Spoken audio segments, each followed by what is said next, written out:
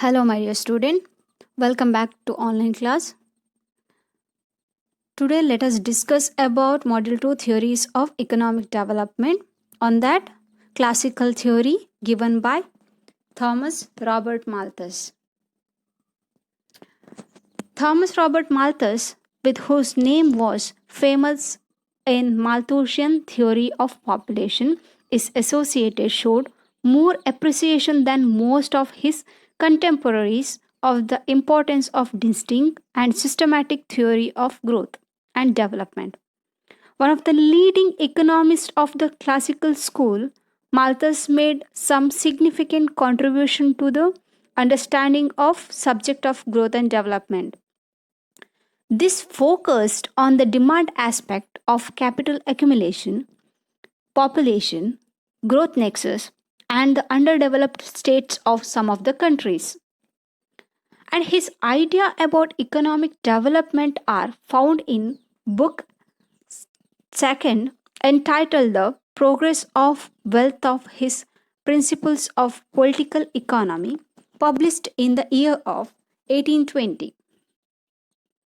And he given the topic regarding concept of development.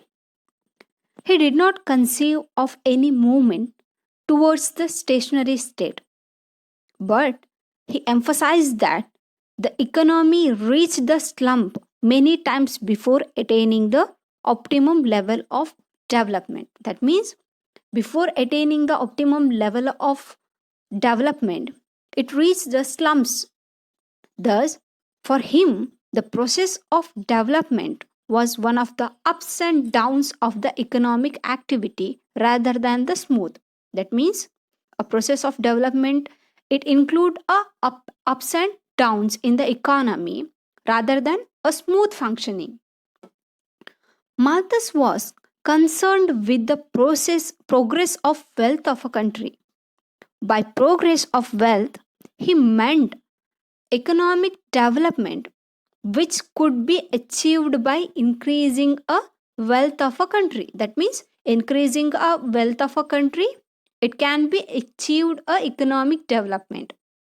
The wealth of the country depends partly upon quantity of produce obtained by its labor and partly upon the valuation of this product.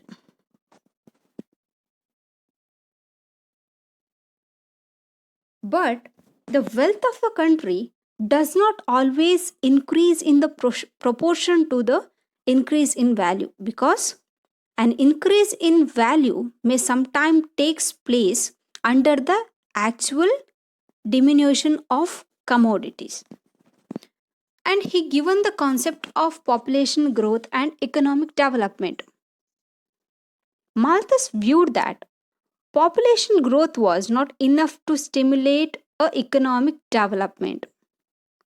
In his principle, political economy, Malthus was more realistic in his analysis of population growth in the context of economic development. According to him, population growth by itself is not sufficient to bring about economic development. Rather, it is a result of development. That means a population growth is result of development. As Malthus wrote, an increase of population cannot take place without proportionate increase of wealth. This encourages the population growth, but merely population growth does not increase the wealth. That means an increase of population cannot take place without proportionate increase in the wealth. That means increase in the wealth, it directly increase a population growth. But a population growth does not increase a wealth of a country. Population growth increase wealth only if it increase the effective demand. That means only the population growth increase of wealth only because of increase in the effective demand, and it is increase in effective demand which leads to increase in the wealth. Only the effective demand leads to increase in the wealth. And regarding role of production and distribution, in his theory of development, Malthus gave much importance to production and the distribution in his process of development, and he recognized them as a two grand element of a wealth. If they are combined in the right proportion, they can increase the wealth of a country in a short time. That means, if these two, what is production and the distribution, are combined together and combined in a right proportion, in a right way, they can increase a wealth of a country in a short period. But if they are taken separately or combined in the undue proportion, they may take many thousands years to increase a wealth. That means if they combine together in undue proportion or not a right proportion, they may take to thousands of years to increase a wealth. So, Malthus want to lay emphasis both on maximum production and the optimum allocation of resource so as to enhance wealth of a country during a short run or short period. Regarding factors of development, in order to Malthus define the problems of economic development to explaining the difference between potential gross national product, that is power of producing riches, and actual gross national product. But the principal problem is one of the achieving a high level of potential gross national product. This is a principal problem. According to Malthus, the size of potential gross national product depends upon land, labor, capital, and organization. That is, four factors of production: land, labor, capital, organization. So, according to him, size of the potential gross national products depends upon four factors of production, that is, land, labor, capital, and organization. It is the accumulation of capital, the fertility of soil, and technological progress, and leads to increase in both agricultural as well as industrial production. That means this accumulation of capital, fertility of soil, and technological progress leads to increase of both agriculture as well as industrial production.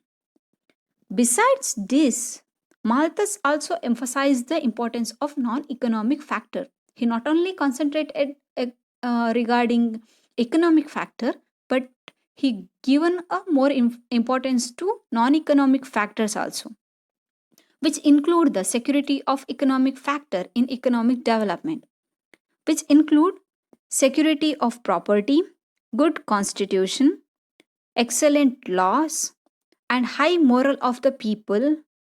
These are.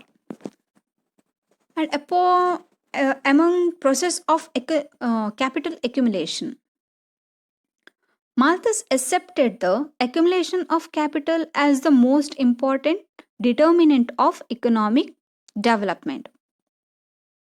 The source of the capital accumulation is higher profit. That means higher profit leads to a capital accumulation, high capital accumulation. And which a profit come from the savings of capitalists, not from the workers, because workers are too poor to save.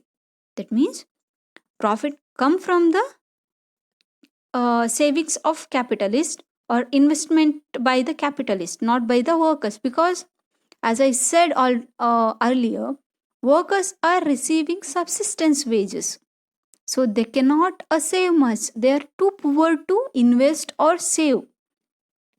If capitalists save more and spend less on consumer goods in order to have larger profit, economic growth will be retarded. That means capital save more and spend less on the consumer good in order to get a larger profit. It will retard the growth, economic growth. In fact, Malthus suggested a concept of optimum propensity to save. And regarding deficiency of effective demand, among classical economists, Malthus stands separately with regard to concept of full employment equilibrium. This view of Malthus is based on his denial of Say's laws of market and deficiency of effective demand. Malthus does not agree with Say that there cannot be a general overproduction or glut in the market. As against his view, Malthus believed that the general overproduction in the economy was possible because workers get their wage much less than the value they produce, and thus they as a consumer cannot purchase all the commodities available in the market. So the consumer cannot buy all the goods which are available in the market. Thus, there is excess supply of a commodities in the market in relation to the demand. There is a excess supply of a commodity and low demand. This gap between supply and demand cannot filled even by the demand of the capitalist.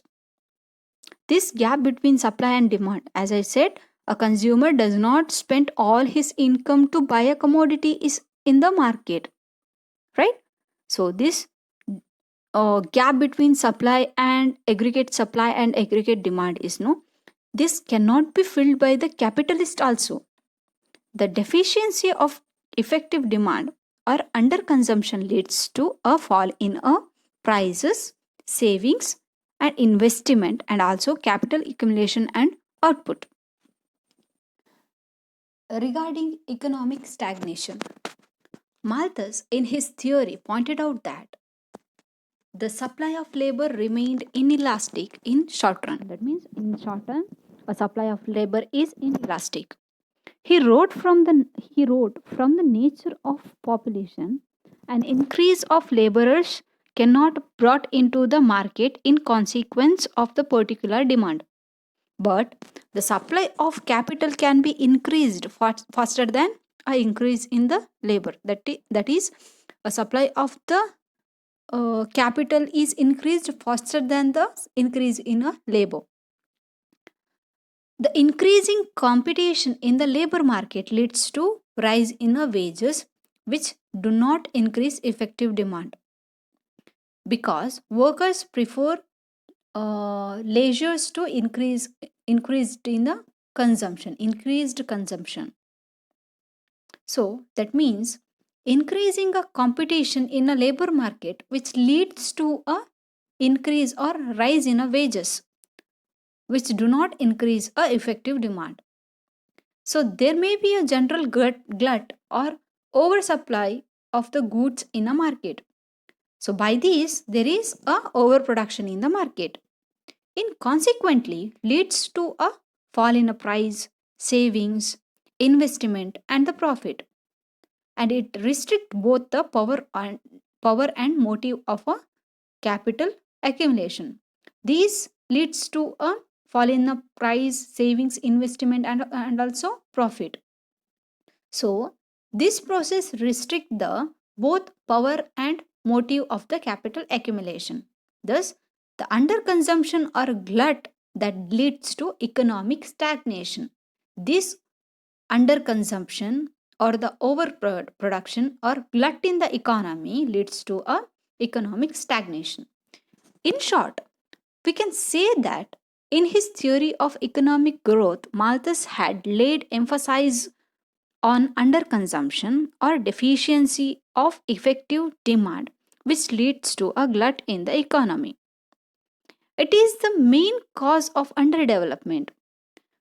For rapid economic development, industrial sector of economy and therefore state should emphasize technical progress, equitable distribution of wealth and the land, expansion of internal and foreign trade, increase in the consumption of consumer goods, and in employment opportunity through public work scheme. It has also to take into account of consideration of non-economic factors of economic development for enhancing the growth of the economy. And Malthus regarded the procedures of the Keynes. Keynes has rightly claimed Robert Malthus as a first of the Cambridge economists. It was Malthus who condemned a Say's law of market and laid emphasis upon the role of economic effective demand in the process of economic development. He brought out the factor which accelerate and retard economic growth. He pointed out that the contribution of technological progress, equitable distribution of wealth and landed property, and internal and external trade, maintenance of unproductive consumption, balanced growth, public work scheme, and good administration, etc. These measures have come to recognized as a main plank of the modern economic growth. However, despite these virtues, Malthusian theory of economic development has certain weakness and thus is subject to following criticism. Let us focus on some of the criticism of development theory of Robert Thomas Malthus. Unproductive consumer retard a economic process. Unproductive consumers retard economic process. Malthus has suggested that unproductive consumers try to overcome underconsumption and increase a effective demand. As a matter of fact, such a measure retards economic progress.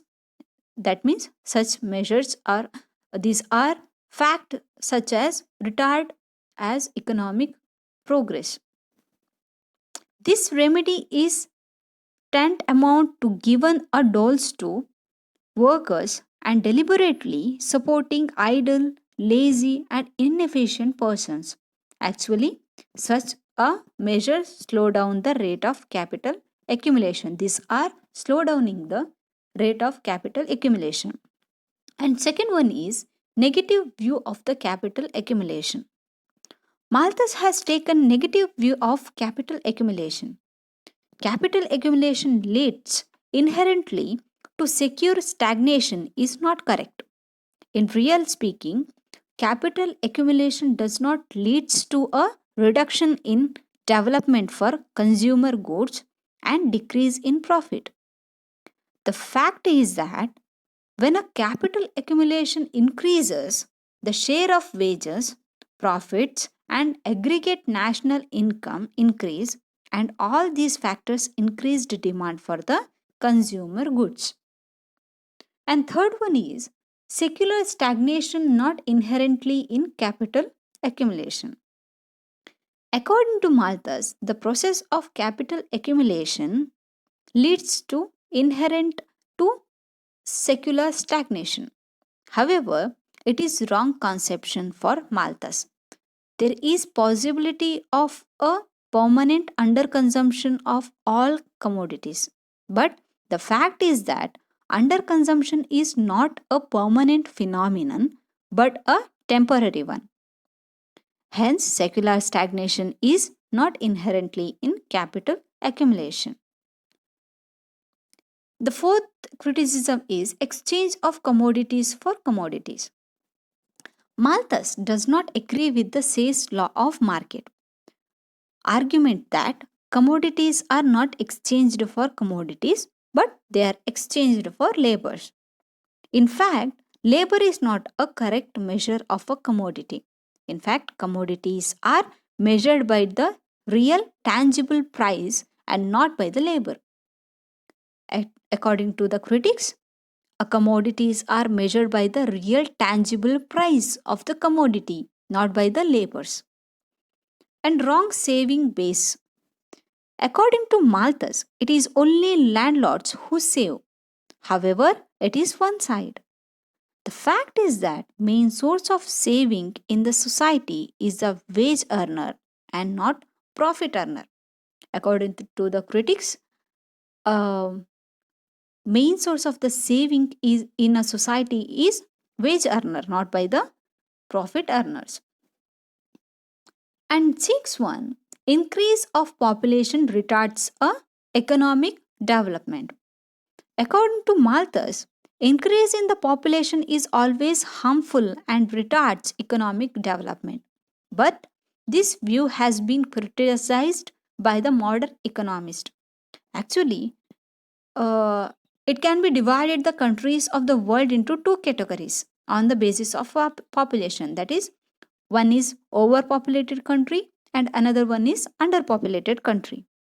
Increase of a population is harmful for an overpopulated country, which will retard economic development. But increase in population is not harmful in a underpopulated country. Increase in a population in a underpopulated country actually stipulate the rate of its economic growth rises the income per capita of the people and stimulates a economic development.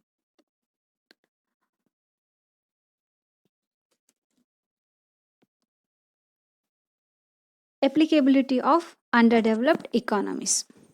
Malthus, who has done the pioneer work in the field of economic development, has mentioned the factors of economic development and the causes of backwardness of underdeveloped countries in his Principles of Political Economy. And he pointed out the various reasons of economic backwardness of underdeveloped countries like Spain, Portugal, Hungary, Asia, Africa, and Latin American countries. In view of applicability, his theory of economic growth is more relevant to the poor countries of today than the theories of the other classical economists.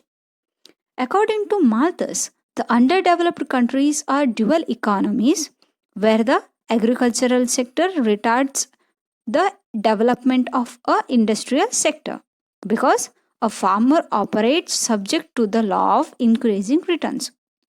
His division and the analysis of an underdeveloped economy is rather realistic. And similarly, his analytical approach to study causes of poverty in the poor economies is also highly realistic.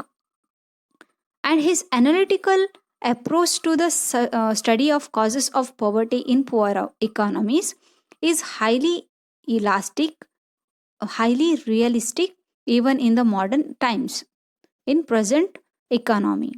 His explanation regarding the relation between population growth and economic development is also applicable to the present day poor economies. But it is fact worth nothing that the Malthusian theory of economic development has also certain aspects which are not applicable to underdeveloped countries. Firstly, his concept of underconsumption is not applicable to the underdeveloped countries. Secondly, Malthus' view that the deficiency of effective demand was due to parsimony of capitalists and its remedy was unproductive consumption both on the part of capitalists and workers are not applicable to the underdeveloped and poor countries. By here, we completed a topic regarding T.R. Malthus, who has given a development theory in classical economy. Thank you.